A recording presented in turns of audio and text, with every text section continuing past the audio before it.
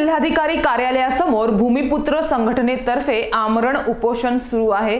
या भूमिपुत्र संघटनेला पालघर जिल्हा काँग्रेसकडून व मानवाधिकार मिशनकडून पाठिंबा देण्यात आला आहे। पालघर जिल्हाधिकारी कार्यालयासमोर भूमिपुत्र संघटनेतर्फे पालघर जिल्ह्यातील विविध समस्यांबाबत महामार्ग 48 वर निकृष्ट दर्जाचे व्हाईट टॉपिंगचे काम करणारे NHAI च्या अधिकाऱ्यांवर कारवाई करण्याकरिता तसेच आदिवासी व बिगर आदिवासी लोकांवर होणारे अत्याचार व अन्यायांना वाचा फोडण्यासाठी आमरण उपोषण सुरू आहे।